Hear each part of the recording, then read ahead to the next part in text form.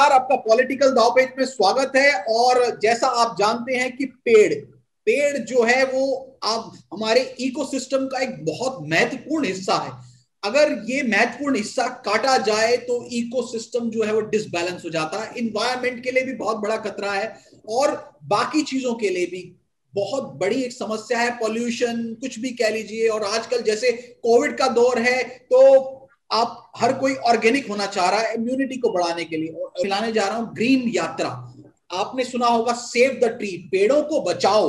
इसके लिए ग्रीन यात्रा जो है एक एनजीओ है वो वर्क कर रही है। ऐसी और भी एनजीओ हैं, उसमें से एक ग्रीन यात्रा भी वर्क कर रही है। उसके फाउंडर मेंबर प्रदीप त्रिपाठी जी हमारे साथ जुड़े हैं। वो बताएंगे कि क्यों हम आज जो है इस आधुनिक युग में इतना खो गए हैं कि पार्किंग के लिए भी हम लोग पेड़ काट देते हैं। जहां पर्याप्त चीजें होनी चाहिए, वृक्ष जो है मात्रा में होने चाहिए, उसके लिए मैक्सिमम कटिंग हो रही है। और जहां ऑर्गेनिक होने के लिए रिक्वायर्ड है मैक्सिमम ग्रीनरी, वहां पे भी ग्रीनरी जाती जा रही है। तो हमारे साथ जुड़ेंगे उन महत्वपूर्ण चर्चा को लेकर के कि कैसे आज तक पेड़ों के संदर्भ में जो है सरकारों ने काम किया है और कैसे जो है आगे इनके संदर्भ में और बेहतर काम हो सकता है और कहा क्या प्रॉस और कॉन्स हैं। बहुत बहुत शुक्रिया। नमस्कार, पॉलिटिकल दाव पेच के साथ जुड़ने के लिए। प्रदीप जी, जो है आपसे सवाल है। आप ग्रीन यात्रा नाम की फाउंडेशन चला रहे हैं। आप काफी मात्रा में अलग अलग स्टेप्स पे काम कर रहे हैं, बट ये जो पर्टिकुलर स्टेप है, ये आपने जो शुरुआत की वो पेड़ बचाओ आंदोलन।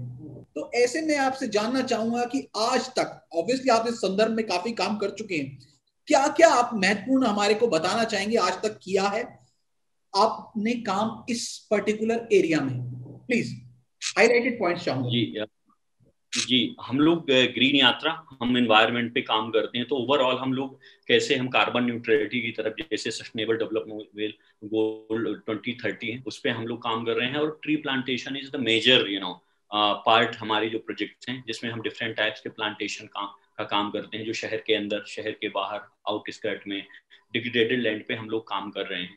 और हम इंश्योर करते हैं कि हम नई से नई टेक्नोलॉजी का इस्तेमाल करें और ज़्यादा से ज़्यादा पेड़ को हम कोशिश करते हैं कि पेड़ बचाए जाएं और नए लगाए भी जाएं, क्योंकि काफ़ी सारे पेड़ ईयरली लाखों करोड़ों के नंबर में कट रहे हैं। उतने हमें लगाने भी, इवन लगने तो ज़्यादा चाहिए, क्योंकि एक फुल ग्रोन ट्री को काटने में वक्त नहीं लगता है, बट एक ट्री को ग्रो करने में कम से कम 5 से 10 साल उसे एक अच्छी पोजीशन में लाने में लग जाता है।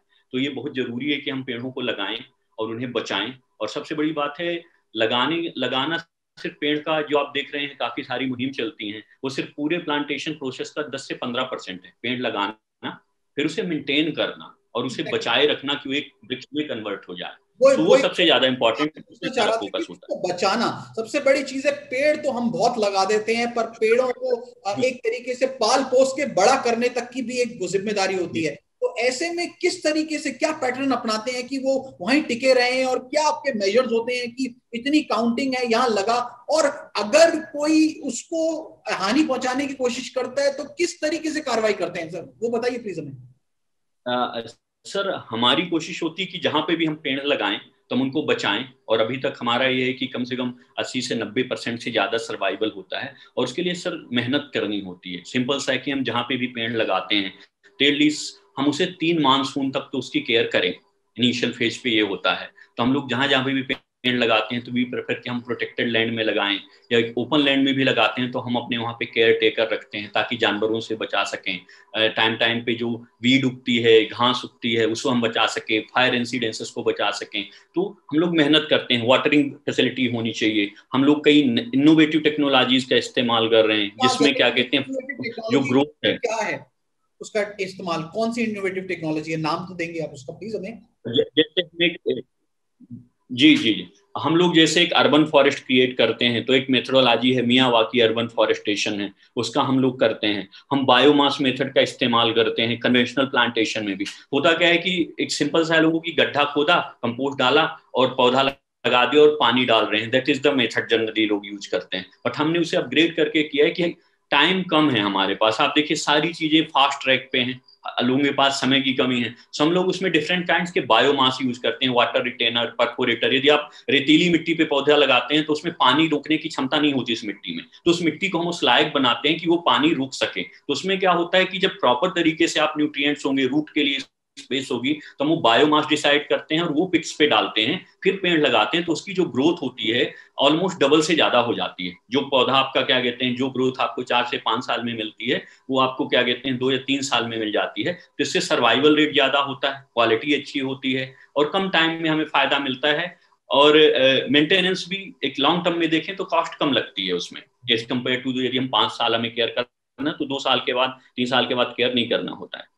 तो सर 3 साल के बाद केयर नहीं करना पड़ता, पर इन केस कोई अनफोर्सीन इवेंट में इन्वायरमेंटल डिजास्टर्स की बात कर रहा हूँ, रेन की, उसके अगेंस्ट कैसे प्रिकॉशंस होते हैं? बिकॉज आप पैन इंडिया वर्क कर रहे हैं, हिमाचल एरियाज में तो इतना लैंडस्लाइड, इतना ज्यादा प्रोन एरिया है, वो उस तरीके से कैसी प्रोटेक्शन प्रोवाइड करते हैं सर?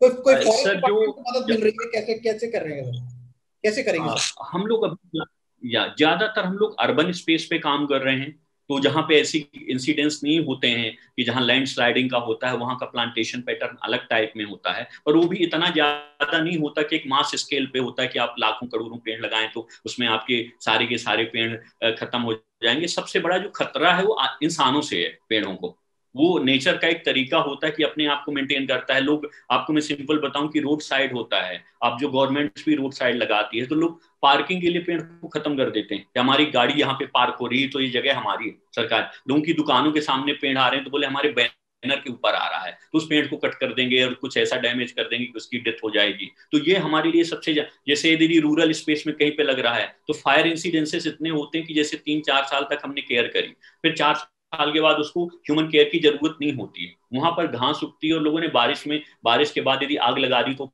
पौधे जल जाते हैं, तो मरते नहीं, वापस उन्हें नीचे से आना होता है, तो ग्रोथ हैम्पर्ड हो जाती है। तो जो सबसे बड़ा खतरा तो हमें ह्यूमन बीइंग से है, इंसानों से है। प्रकृति के ऐसी आकस्मिक घटनाएं होती हैं जिससे उतना ज्यादा नुकसान नहीं है। तो सबसे बड़ी जरूरत है कि यदि हम अवेयरनेस फैलाएं। अभी आप देखिए कोविड का टाइम था, पूरी चारों तरफ त्राही त्राही मची हुई थी ऑक्सीजन की, और ये हम ऑक्सीजन की यदि बात करें तो आपको मैं बताना चाहूंगा बहुत ही इंटरेस्टिंग फैक्ट कि हम बहुत ज्यादा पैसों से तोल मोल करके चीजें देखते हैं।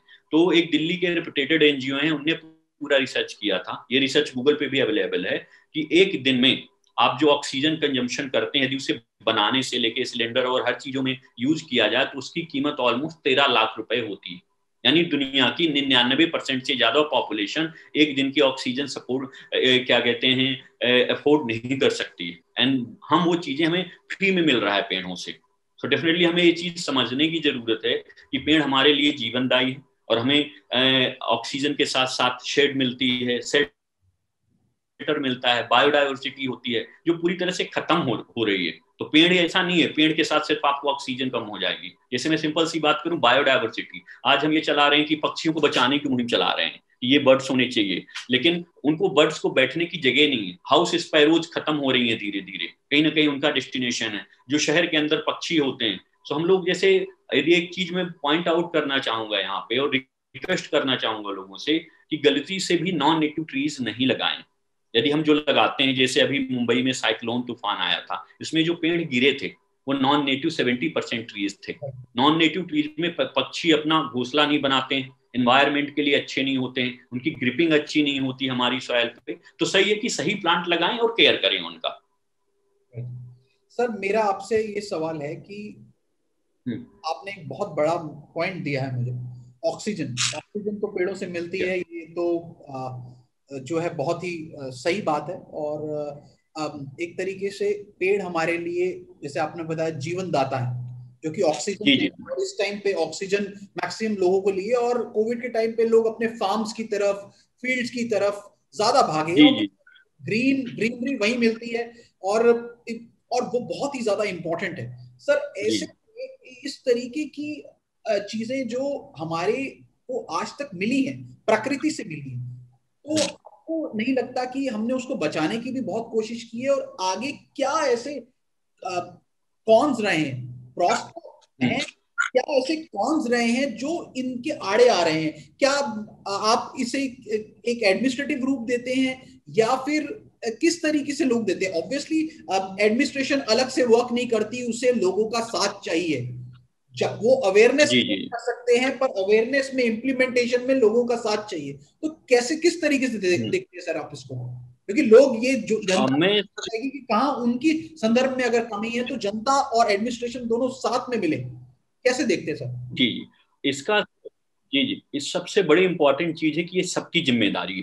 मैं ये बोल के नहीं कह सकता कि मैंने तो टैक्स पे कर दिया और ये सरकार की जिम्मेदारी है और अब सरकार देखे, क्योंकि ये हम सबकी कलेक्टिव रिस्पॉन्सिबिलिटी है, एक एक देश के नाते, एक इंडिविजुअल के नाते, एक सिटीजन के नाते। तो हम जहां जहां पे भी, यदि आप देखिए तो पेड़ दो तीन चीजों में सबसे ज्यादा जो डैमेज हो रहा है आज हमारे फॉरेस्ट को, एक तो ये होता है डेवलपमेंट वर्क्स होते हैं जिन्हें हम अवॉइड नहीं कर सकते हैं, बट हमें एक सस्टेनेबिलिटी की जरूरत होती है। जैसे अभी मैं कल परसों ही पढ़ रहा था कि न्यूज में आया था, पेंच नेशनल पार्क से एक हाईवे निकला है, लेकिन वहां पे हमने अंडरपास बना दिया है कि जैसे पूरे ब्रिज से निकला है, तो जितने भी वाइल्ड लाइफ है उसको वो इम्पैक्ट नहीं कर रहा है, इम्पैक्ट उसका मिनिमल हो गया है, क्योंकि जानवरों को है तो ब्रिज के नीचे से आ जा सकते हैं। ऐसे और एक दो पार्क बने जो ब्रिज बने हुए हैं, जहां पे क्या कहते हैं लगभग 10 से 15 किलोमीटर का एक कॉरिडोर बना हुआ, ये हुआ। आप देखिए उत्तराखंड हर साल जलता है, महाराष्ट्र में, कर्नाटका में, केरला में, उत्तराखंड के फायर इंसिडेंट्स इतने ज्यादा होते हैं कि जहां हमारे लाखों करोड़ों पेड़ जल जाते हैं।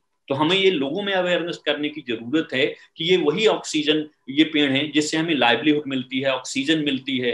तो हमें अपने पेड़ों को बचाएं, एक जिम्मेदारी होता है कि जैसे आपकी गाड़ी होती है ना, आप उसे कहीं रख के जाते हैं तो बड़ा ध्यान रखते हैं, ये हमारी गाड़ी है, सही जगह पे करें, इसको नुकसान नहीं पहुंचाए, ये हमारी प्रॉपर्टी है। तो ये सबकी यानी अपनी प्रॉपर्टी, यदि एक पेड़ कटता है तो उससे सबको नुकसान होता है। यदि आप देखें कि यदि मुंबई जैसे और दिल्ली जैसे शहरों में ऑक्सीजन इस लायक नहीं है, यदि आप लगता है हमने मेडिक्लेम करके अपने आप को सेव कर लिया, तो ये आपकी सबसे बड़ी क्या कहते हैं भूल है। दिल्ली और मुंबई जैसे शहरों की हवा इस लायक नहीं है कि हम ब्रीथ कर सकें। यानी आप सिगरेट पिए ना पिए, कम से कम 5-10 सिगरेट का धुआं आप पी रहे हैं, आपके आने वाले छोटा यदि 2 दिन का बच्चा पैदा हुआ है वो भी यही ऑक्सीजन ले रहा है। तो आप इससे बच नहीं सकते, चाहे आप प्राइम मिनिस्टर हों या क्या कहते हैं बड़े बिजनेसमैन हों, आखिर हवा तो आपको वही लेनी है। यदि हम दिल्ली की भी बात करें, मुंबई की बात करें, तो जिम्मेदारी यदि आपको हेल्दी लाइफ चाहिए तो कहीं ना कहीं हमें पेड़ों को बचाना है। यदि कोई उन्हें गिरा रहा है, यदि गवर्नमेंट भी कट कर रही है, so you can ask simply कि भाई इसका क्या परमिशन है। आजकल लोगों में ये अवेयरनेस काफी आई है कि, और बहुत सारे इंसिडेंसेस हुए हैं जहां गवर्नमेंट को अपने डिसीजन बदलने पड़े। दिल्ली में भी ये काफी इंसिडेंट्स हुए हैं, मुंबई में भी ऐसे हैं। तो ये एक बहुत अच्छा क्या कहते हैं संदेह, एक कहीं ना कहीं एक साइन सिम्टम्स हैं कि जहां पे लोग आ रहे हैं साथ में। सर मेरा, आपने बहुत अच्छी बात की। ऑब्वियसली बच्चे से लेके बूढ़े तक को ऑब्वियसली एक अच्छे एनवायरनमेंट की जरूरत है, और पेड़ बहुत ही इंपॉर्टेंट है। एक पेड़ जो है वो किसी की अपनी संपत्ति नहीं, ये पूरे राष्ट्र की, पूरे विश्व की पेड़ संपत्ति है। और सभी को एक तरीके से ये ऊर्जा देते हैं, जहां ऊर्जा ऑक्सीजन के रूप में कह लीजिए, फ्रूट्स के रूप में कह लीजिए, सब्जियों के रूप में कह लीजिए, क्योंकि पेड़ बहुत तरीके से काम आते हैं। और सर अब मेरा अगला प्रश्न जाता है, आप वर्क किस नेटवर्क पे कर रहे हैं? क्या आप गवर्नमेंट से ग्रांट पे वर्क कर रहे हैं? किस तरीके से सर आपकी एनजीओ काम करती है? क्योंकि मेरे को पता लगा था कि कुछ यूनिक स्टेप्स आप ले रहे हैं, और जो कि काबिल तारीफ है कि you are not taking any grant. Sir क्या है इसकी सच्चाई सर? सर हम लोग क्या है, गवर्नमेंट से कोई ग्रांट और पैसा नहीं लेते हैं, हमारी पॉलिसी है। सो हम समझते हैं कि यदि वो पैसा सही जगह पे लगाए गवर्नमेंट, और भी अच्छे काम हो सकते हैं। तो हमें जो फंड होते हैं, हम कंपनीज से या जैसे लाइक माइंडेड लोग होते हैं, हमारा काम देखते हैं अच्छा, तो इंडिविजुअल्स डोनर्स या कंपनीज हैं जो हमें जिन प्रोजेक्टों के लिए डोनेट करती हैं, तो जो कारपोरेट सोशल रिस्पॉन्सिबिलिटी है, एक कंसेप्ट जिसमें 2% आपकी प्रॉफिट का कंपनी को एक सामाजिक कार्यों के लिए देना पड़ता है। तो एनवायरमेंट को भी अभी लोग कंसीडर कर रहे हैं। तो ऐसी काफी सारी कंपनीज हैं, जैसे यदि आप बोलें तो हम क्या करते हैं, हम गवर्नमेंट की लैंड पे फॉरेस्ट डेवलप करते हैं। तो यदि आप बोलें कि यदि हम अर्बन फॉरेस्ट बनाते हैं, जो भी प्लांटेशन करते हैं, ये गवर्नमेंट के लिए हमारे प्रोजेक्ट एब्सोल्युटली फ्री होते हैं। यानी यदि हम ये करें कि जैसे अभी हमने एक मुंबई का अर्बन स्पेस का एक बहुत बड़ा अर्बन फॉरेस्ट क्रिएट किया है, जो लगभग 40,000 पेड़ का है, और ये हमने नवी मुंबई म्युनिसिपल कॉर्पोरेशन में किया। तो उन्होंने हमें जगह प्रोवाइड करवाई कि प्रदीप हमारे पास ये जगह है, यदि आप यहाँ कुछ कर सकते हैं तो कीजिए। तो हमने वहाँ पे CSR फंड, सोनी म्यूजिक ने इस प्रोजेक्ट को स्पॉन्सर किया है, अपनी CSR ग्रांट उनने हमें डोनेट करी, और हमने वो प्लांटेशन किया हमने, डंपिंग ग्राउंड काफी सारे, तो जो भी लैंड पड़ी है, और सरकार से हम रिक्वेस्ट करेंगे, हम दिल्ली एनसीआर में अभी हमने ईडीएमसी के साथ एक प्रोजेक्ट किया है जहां हमने मियावाकी अर्बन फॉरेस्ट क्रिएट किया है, तो हम हर शहर में हर म्युनिसिपल कॉर्पोरेशन से रिक्वेस्ट करते हैं कि हमें ग्रीन यात्रा को, या ऐसे बहुत सारे एनजीओ हैं जो अच्छा काम करते हैं, आप उन्हें अपनी लैंड दीजिए, अपने पार्क दीजिए जहां ग्रीनरी करने की जगह है, जो डेडिकेटेड ग्रीन जोन है जहां पे पेड़ लगाए जा सकें और कभी कटे नहीं। वी इंश्योर करते हैं कि हम लोग लगा रहे हैं पेड़, तो हम लोग ये काम आपको गवर्नमेंट को फ्री में करके दे सकते हैं, तो डेफिनेटली गवर्नमेंट का पैसा बच रहा है, तो जो हमारा सब लोगों का टैक्स पेयर का मनी है वो कहीं बेटर जगह पे इस्तेमाल हो सकता है। तो सर बहुत ही अच्छी बात बताई सर। जो है मैं आखिर में सर मेरा एक सवाल है कि एक में से दो सवाल होंगे और वो एक ही सवाल है सर। काम आप बहुत अच्छा कर रहे हैं, ऑब्वियसली और भी एनजीओ इस संदर्भ में वर्क कर रही हैं, बट एक यूनिक पॉइंट आता है, सीएसआर से फंड आता है, कॉर्पोरेट सोशल रिस्पॉन्सिबिलिटी से आपको इन्वायरमेंट के लिए सपोर्टिव फंड आता है। ये एक बहुत ही अच्छी बात है। मैं भारत के, हिंदुस्तान के संदर्भ में बात कर रहा हूं कि हम इन्वायरमेंट की तरफ, दैट मीन्स हम फोकस्ड हो रहे हैं, क्योंकि सीएसआर काफी चीजों में वर्क करती है, इससे इन्वायरमेंट की तरफ एक हिस्सा आना जो कि बहुत ही काबिल तारीफ है। मैं हेड्स ऑफ उन सीएसआर, उन कॉर्पोरेट हाउसेस को जो आपको इस तरीके से सपोर्ट कर रहे हैं, और उम्मीद करते हैं कि और भी लोग ऐसे निकल करके इन्वायरमेंट के संदर्भ में आएंगे। सर ग्रीन ट्रिब्यूनल डेवलप हुआ, क्या लगता है कि ग्रीन ट्रिब्यूनल का कितना सपोर्ट है सर? क्योंकि सुना है कि वो एक ऑटोनोमस बॉडी है और बहुत एकदम सटीक जो है वो काम कर रही है, तो क्या है सर, आप भी एक एनजीओ हैं, कई जगह आपको भी चीजों की जरूरत पड़ती होगी, तो क्या लगता है सर? आखिरी पॉइंट चाहूंगा सर उसके संदर्भ में, प्लीज। सर एनजीटी के आने के बाद एक ये होप है, ये लगता है कि गवर्नमेंट की भी इच्छा शक्ति है कि वो ऐसी बॉडी क्रिएट कर रही है जो ऑटोनॉमस है, और वो स्ट्रिक्ट एक्शन ले रहे हैं।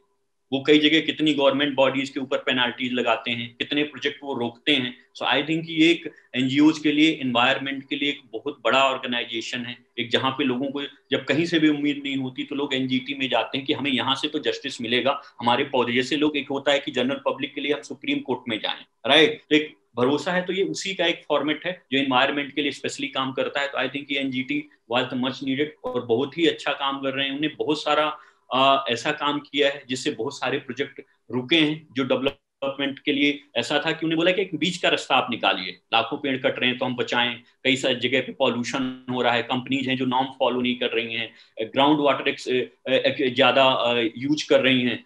सो इस पे एनजीटी की नजर रहती, लोग जाके केस फाइल करते हैं और ये करते हैं और उस पर एक्शन लेती है। तो आई थिंक कि उनका एक बहुत बड़ा योगदान है एनवायरनमेंट को बचाने में, एंड आई थिंक कि they are doing wonderful job sir, और एक बहुत बड़ी होप है हम जैसे लोगों के लिए। ये थे प्रदीप त्रिपाठी जी।